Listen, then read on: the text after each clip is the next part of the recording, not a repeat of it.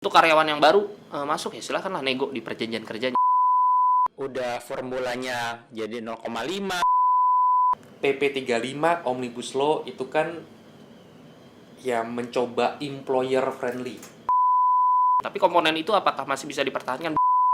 Nasib peraturan perusahaan, PKB, dan perjanjian kerja yang dulunya mengacu ke Undang-Undang 13 itu masih bisa berlaku nggak? Atau Kan banyak loh, dulu kan uang bisa kan buat mangkir, terus buat mundurkan diri. Itu mungkin yang bisa teman-teman pekerja perjuangkan dari sisi itu. kan Kang Asep juga dulunya juga aktif di hubungan industrial kan. Nah, sekarang di PP ini bahkan di Omnibus Law ini yang masalah penghapusan 15% pengobatan dan perumahan itu Penggantian hak ya. iya, itu kan udah formulanya jadi 0,5, terus kemudian kompensasi untuk perumahan pengobatan 15% dari uang pesangon itu dihapus gitu kan. Itu karyawan tuh jadi merasa keberatan atau mereka pikir nanti ada JKP nih, jaminan kehilangan pekerjaan, ada kompensasinya seperti itu. Artinya tanggapan dari karyawan itu gimana sih Kang di perusahaan itu? Dari sisi pekerja pasti bervariasi ya. Gini aspeknya. Kita yang namanya kalau misal total kompensasi benefit kita nggak bisa hanya berbicara masalah kompensasi PHK ya gitu loh. Ada hal-hal yang biasanya dinaikkan tuh oleh company karena employee cost itu banyak gitu loh variannya gitu loh. Bukan cuma itu, ada tunjangan lain, fasilitas kerja juga kan diatur juga tuh di PP 36 tuh terkait dengan pengupahan. Itu semata-mata yang tadi tujuan Omnibus Law tuh biar lebih luas lah untuk pelaku usaha ya. Dari sisi pekerja apakah itu berkurang? Ya tinggal bagaimana sudut pandangnya. 15% kan itu terkait dengan pengobatan perumahan gitu loh. Nanti kan ada tapera. Itu. Terus terkait dengan ini kehilangan pekerjaan kan sudah ada gitu loh, ada tambahannya. Terkait dengan 15% tentu secara kasat mata akan berkurang tuh karena hanya sisa cuti tahunan dan ongkos pulang ya pekerja dan keluarganya segala macam. Tapi komponen itu apakah masih bisa dipertahankan? Bisa, sepanjang kembali di PKB-nya diatur. Gitu loh. Kalau misal di PKB-nya sudah diatur 15%, maka itu tidak bisa dicabut kecuali disepakati dengan serikat pekerjanya. Dilakukanlah pada saat proses perundingan. Jadi buat yang mengira bahwa ini Omnibus Law menghapuskan PKB yang ada, enggak. Ketika di PKB sudah tertuang dan di state secara jelas 15% menjadi uang penggantian hak. Komponen uang penggantian hak itu ada 15%, sisa cuti tahunan, sisa cuti besar bahkan yang belum diambil dan lain-lain, itu masih tetap berlaku gitu loh. Konteksnya sebenarnya Undang-Undang Cipta Kerja ini mengatur apabila belum ada aturan mainnya yang secara rinci diatur oleh peraturan perusahaan atau perjanjian kerja bersama atau di perjanjian kerjanya gitu loh. Untuk karyawan yang baru masuk ya silakanlah nego di perjanjian kerjanya, itu di offeringnya silakan, punya hak yang sama lah dalam bernegosiasi ya gitu. Dan satu lagi memang yang agak sedikit menjadi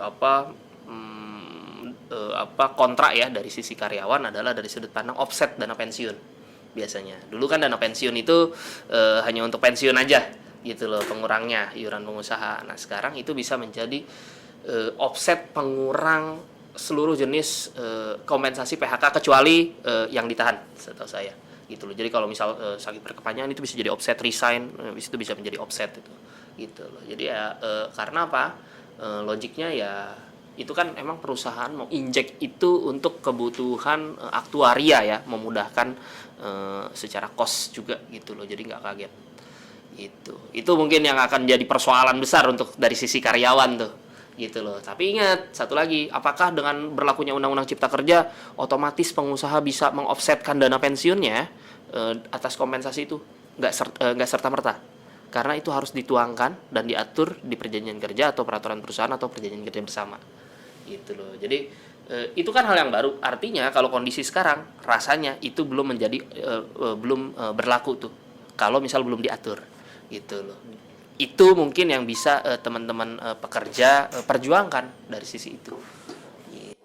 Oke, Robertus, sekarang masalah bagaimana dengan nasib peraturan perusahaan, PKB, dan perjanjian kerja yang dulunya mengacu ke Undang-Undang 13 itu masih bisa berlaku nggak? Atau kalau bisa berlaku sampai kapan atau harus disesuaikan segera? Gini, intinya kan gini, tadi yang Kang Asep sudah jelaskan, itu kan PP itu bisa tidak boleh bertentangan dengan peraturan yang berlaku, ya kan? Tentunya PP bisa memberikan benefit yang lebih baik dibandingkan peraturan, gitu kan? Nah, kalau ada ketentuan di PP yang bertentangan atau memberikan less dan yang dipersyaratkan oleh peraturan, maka yang berlaku adalah peraturan, kan? Jadi contohnya di PP nih yang sekarang ada sudah mengacu ke Undang-Undang 13, ada komunitas 15%. Itu kan lebih baik. Berarti itu berlaku dibanding peraturan gitu kan. Tetapi di PP itu, sorry, PP ini peraturan perusahaan maksudnya ya. Peraturan perusahaan itu mengatur karyawan kontrak berakhirnya jangka waktu kontrak tidak ada apa-apa. Ini kan bentangan. Apa yang berlaku? Apakah PP peraturan ini? Enggak. PP 35-nya yang berlaku. Jadi gitu. Jadi sekali lagi peraturan perusahaan atau PKB bisa mengatur lebih baik, tetapi kalau ada pasal yang bertentangan maka sudah dianggap tidak berlaku. Tetapi peraturan pemerintah yang baru yang memberikan sesuatu yang lebih baik itu yang berlaku gitu. Nah, sekarang apakah itu bisa diperbarui? Apakah PP atau PKB sekarang itu bisa diganti? Bisa. Ini let's say berlaku kan 2 tahun tuh, ya kan? 2 tahun baru berlaku tahun depan. Bisa nggak saya ganti sekarang? Bisa. Ada prosesnya, memang perlu ada kesepakatan, ya kan? Dengan kalau PKB ya kesepakatan buruh, kalau PP kesepakatan dari perwakilan karyawan yang dipilih secara demokratis, gitu kan? Sekarang kalau kita bilang sarannya gimana nih? Perlu di-amend apa enggak? Nah, ini ada dua sisi nih, ya kan? Dari sisi pengusaha atau sisi karyawan, gitu kan?